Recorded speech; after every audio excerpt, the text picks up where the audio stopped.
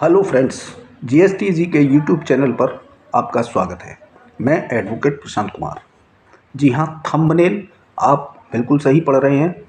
यदि आप कोई बचत करते हैं, कोई एक विशेष अंदाज में करते हैं, कुछ तथ्यों को छुपाते हुए करते हैं, तो आपको ऐसी छुपाए गए रकम पर 78% income tax including penalty bear करना पड़ सकता है। वीडियो में आगे बढ़ने से पहले जीएसटीजी यूट्यूब चैनल को सब्सक्राइब कीजिए।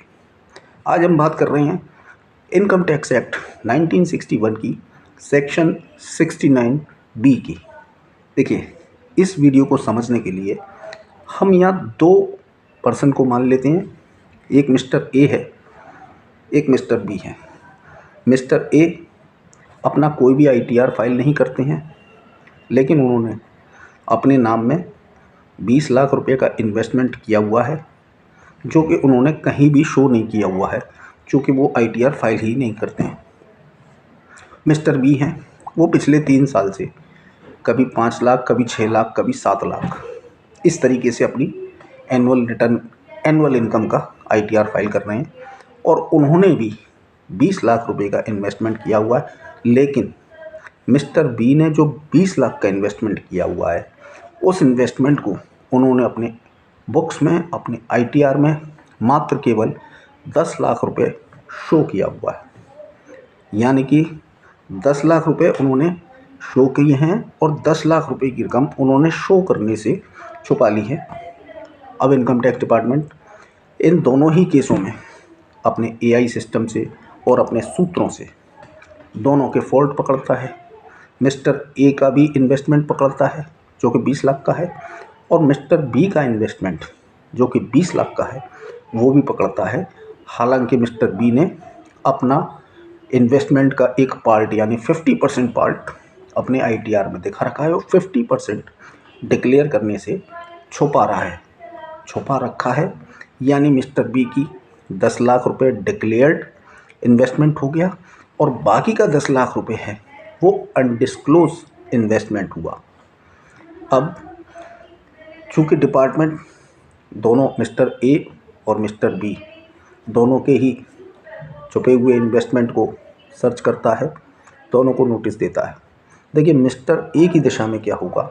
चूँकि मिस्टर ए अपना कोई भी आईटीआर फाइल नहीं करते हैं, इसलिए जब मिस्टर ए को नोटिस आएगा तो मिस्टर ए से income tax department, ITO, assessing officer द्वारा पूछा जाएगा कि ये जो 20 लाख रुपया इन्होंने अपने नाम में इन्वेस्ट किया हुआ है, ये इनके पास कहाँ से आया है।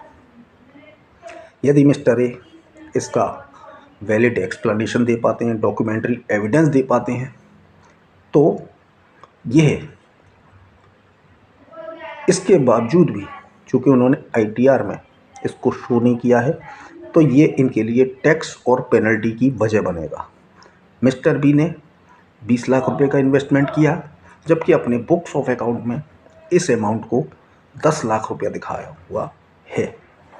तो इस तरीके से मिस्टर बी के केस में 10 लाख रुपए की जो एक्स्ट्रा जो इन्वेस्टमेंट है, उसे अनएक्सप्लेन्ड इन्वेस्टमेंट मान लिया जाएगा सेक्शन 69 बी के अकॉर्डिंग, और इस 10 लाख रुपए के अमाउंट पर जो कि छुपा लिया था डिक्लेयर करने से, उस पर 60% टैक्स का 1/4 यानी 15% पेनल्टी, और टोटल अमाउंट यानी 60 + 15 75%, और इस टोटल 75% पे 4% सेस यानी 78% इंटरेस्ट, पेनल्टी और सेस का भुगतान मिस्टर बी को करना होगा।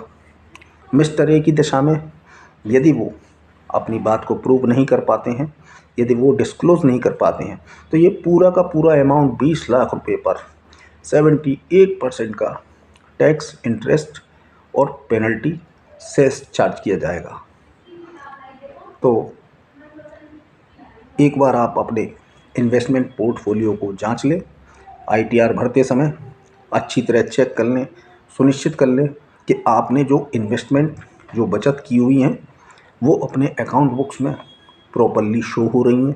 जैसे आपका बैंक अकाउंट में इंटरेस्ट आता है, कहीं से कोई डिविडेंड, कोई सब्सिडी आती है, कुछ किसी भी तरह की आपकी इनकम आती है, यदि कोई आपने इन्वेस्टमेंट किया हुआ है तो आप उस चीज़ को अच्छी तरह से मैच कर लें कि वो आपका प्रॉपरली आपके आईटीआर में, आपके डिक्लेरेशन में शो हो रहा है। अन्यथा इनकम टैक्स डिपार्टमेंट से बेवजह के नोटिस और समस्याओं का आपको सामना करने के लिए तैयार रहना होगा।